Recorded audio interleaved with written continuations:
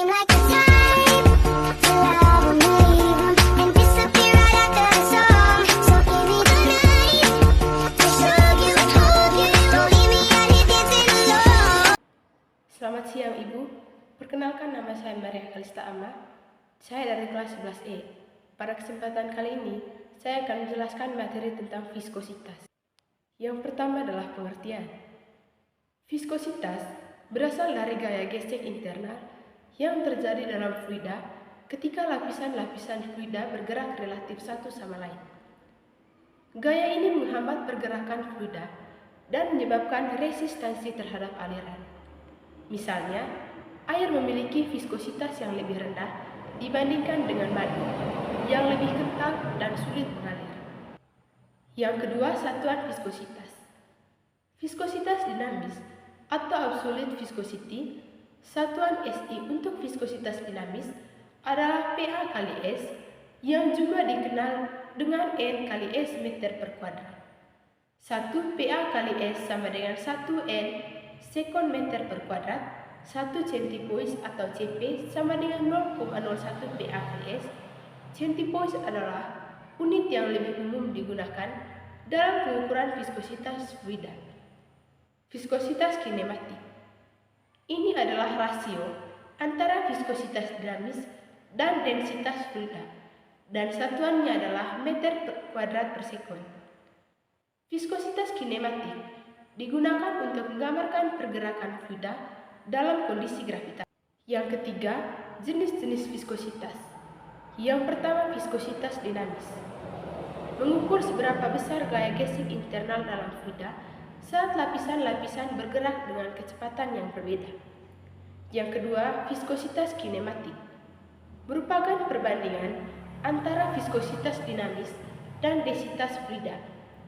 Ini lebih sering digunakan untuk fluida yang mengalir dalam saluran atau tabung. Yang keempat, faktor yang memengaruhi viskositas.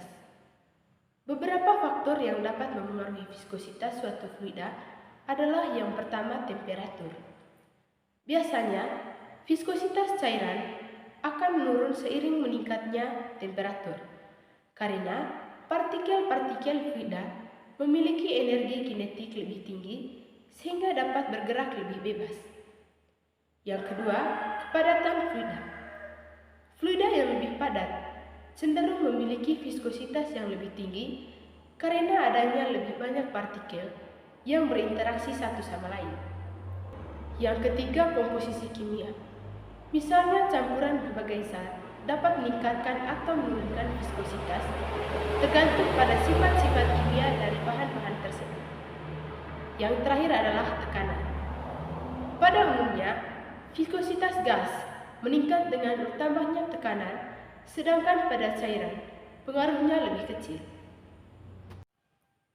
Yang kelima, rumus viskositas.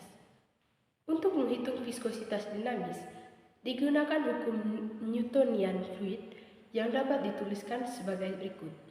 T sama dengan N per Y, di mana T sama dengan tegangan gesek atau shear stress, dan N sama dengan viskositas, Y sama dengan laju perubahan kecepatan atau shear rate.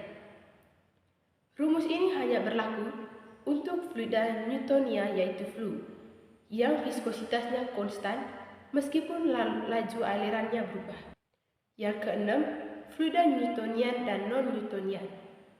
Fluida Newtonian, viskositas tetap konstan meskipun terjadi perubahan dalam kecepatan aliran.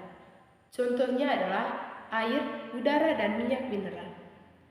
Fluida non-Newtonian, viskositasnya berubah tergantung pada laju gesekan atau pengaruh lain. Fluida ini dapat dibagi menjadi beberapa kategori. Yang pertama adalah plastik. Fluida yang hanya mengalir setelah gaya tertentu diterapkan, misalnya cat. Yang kedua, dilatan.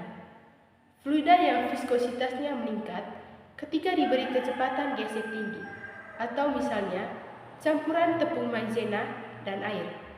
Yang ketiga, pseudoplastik. Fluida yang viskositasnya menurun ketika diberikan kecepatan gesek tinggi, misalnya cairan sabun. Yang ketujuh, pengukuran viskositas. Untuk mengukur viskositas, Digunakan beberapa alat antara lain yang pertama, viskometer. Alat ini digunakan untuk mengukur viskositas dengan berbagai cara seperti viskometer rotasi atau viskometer kapiler. Yang kedua adalah rheometer. Digunakan untuk mempelajari aliran fluida lebih lanjut, terutama untuk fluida non-Newtonian. Yang kedelapan, aplikasi viskositas. Viskositas memiliki banyak aplikasi penting dalam berbagai industri antara lain industri otomotif, dalam pengujian pelumas, oli mesin dan bahan bakar, industri makanan dan minuman, mengukur viskositas cairan seperti saus, sirup dan jus. Yang ketiga, industri kimia, pengontrolan kualitas dan pemrosesan bahan kimia seperti cat, tinta dan farmasi.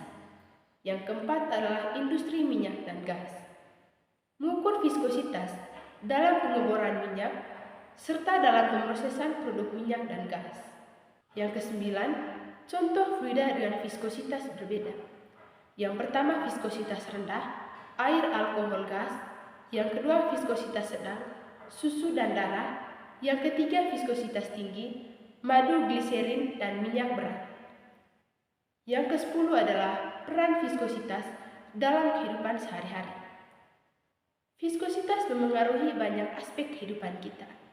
Misalnya, pada saat kita menggunakan minyak goreng untuk memasak, kita tahu bahwa viskositasnya relatif rendah, sehingga mudah mengalir. Sebaliknya, ketika menggunakan madu, kita merasakan bahwa ia mengalir lebih lambat karena viskositasnya lebih tinggi. Baik, sekian saja penjelasan dari saya. Terima kasih.